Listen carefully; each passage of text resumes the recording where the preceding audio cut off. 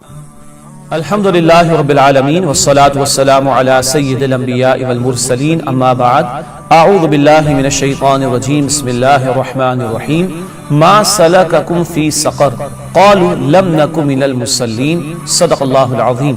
سب سے پہلا گناہ جس کے حوالے سے گفتگو پیش کرنا مقصود ہے وہ ہے نماز کا ادا نہ کرنا، نماز ترک کر دینا، نماز کو چھوڑ دینا، جانتے بوجھتے نماز ادا نہ کرنا، یہ کبیرہ گناہوں میں شامل ہے اور بہت بڑا گناہ جس کی سزا جہنم کی بھڑکتی ہوئی آگ ہے۔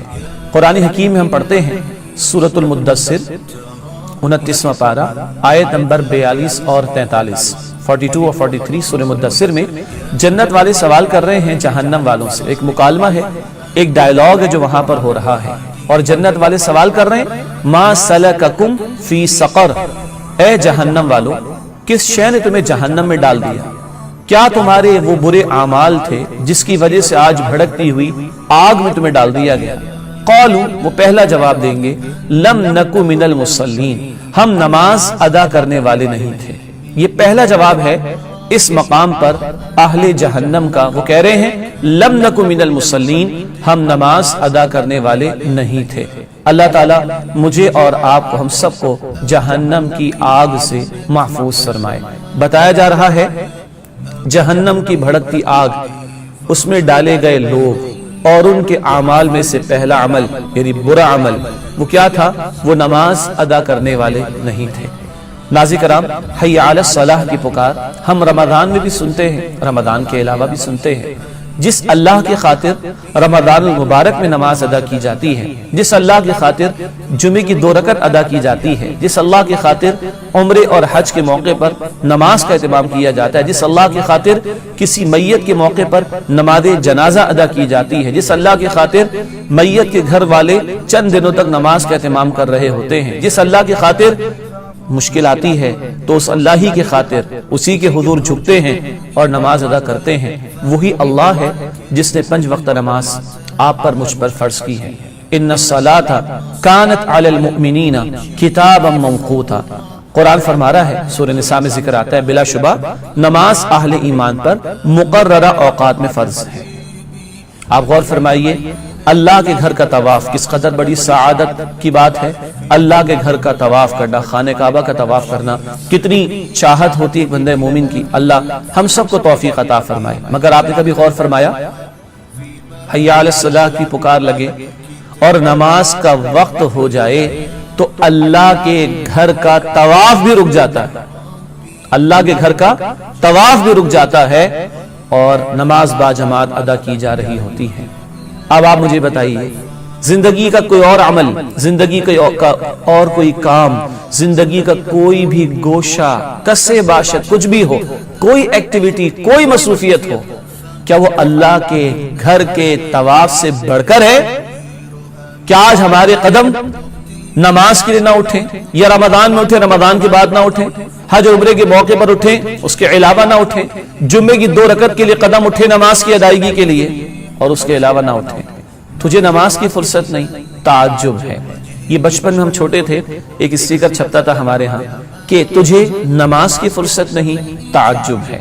بندے کے پاس اپنے رب اور اپنے خالق اور اپنے مالک اور اپنے رازق کے سامنے جھکنے کے لیے وقت نہیں ہے، تعجب کی بات ہے۔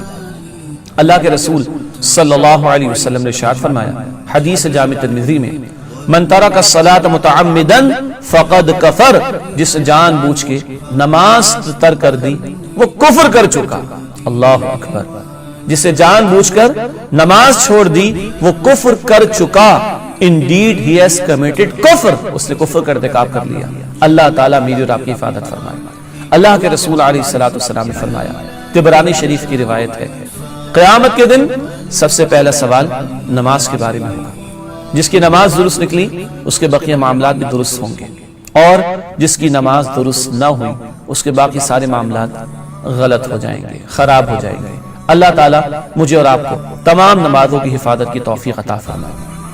اللہ کے رسول علیہ السلام نے یہ بھی ارشاد فرمایا، ترمذی کی روایت ہے، بے نمازی کا انجام کل قیامت کے دن فرعون، حامان، شداد، امیہ بن خلف ایسے مجرمین کے ساتھ ہوگا۔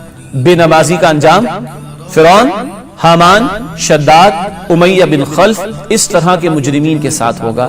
یہ ہے نماز ادا نہ کرنے کا وبال، نماز ادا نہ کرنے کا انجام، کہ کل جہنم کی بھڑکتی ہوئی آگ میں ڈالا جائے گا بے نمازیوں کو، اور فرعون اور حامان اور شداد جیسے ظالموں اور جابروں کے ساتھ کھڑا کیا جائے گا اس کو جس نے آج اللہ کے سامنے جھکنے کی کوشش نہیں کی۔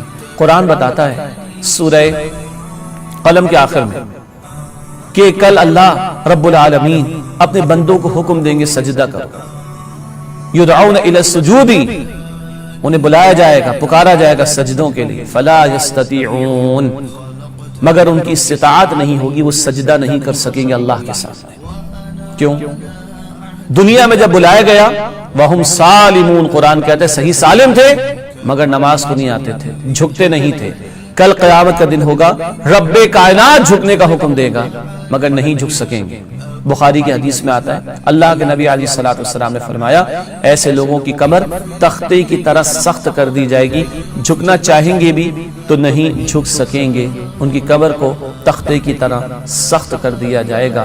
استغفر اللہ۔ اللہ جہنم کے عذاب اور قیامت کے دن کی ذلت و رسوائی اور حشر کے میدان کی ذلت و رسوائی سے ہم سب کی حفاظت فرمائے۔ اور آج موقع ہے، اللہ مجھے اور آپ کو تمام نمازوں کی پابندی کرنے کی توفیق عطا فرمائے۔ ناظرین کرام، نماز کے تعلق سے بہت ساری باتیں ہو سکتی ہیں مگر اس سیریز میں پیش نظر یہ ہے کہ کبیرہ گناہوں میں سے کئی ایک کا تذکرہ ہمارے سامنے آئے تاکہ ہم اپنے آپ کو ان سے بچانے کی فکر اور کوشش کریں۔ آمین یا رب العالمین۔ سبسکرائب کیجئے ہمارے چینل اور دبائیے بیل کا آئیکن تاکہ آپ کو ریگولر نوٹیفیکیشن اپڈیٹس مل سکے۔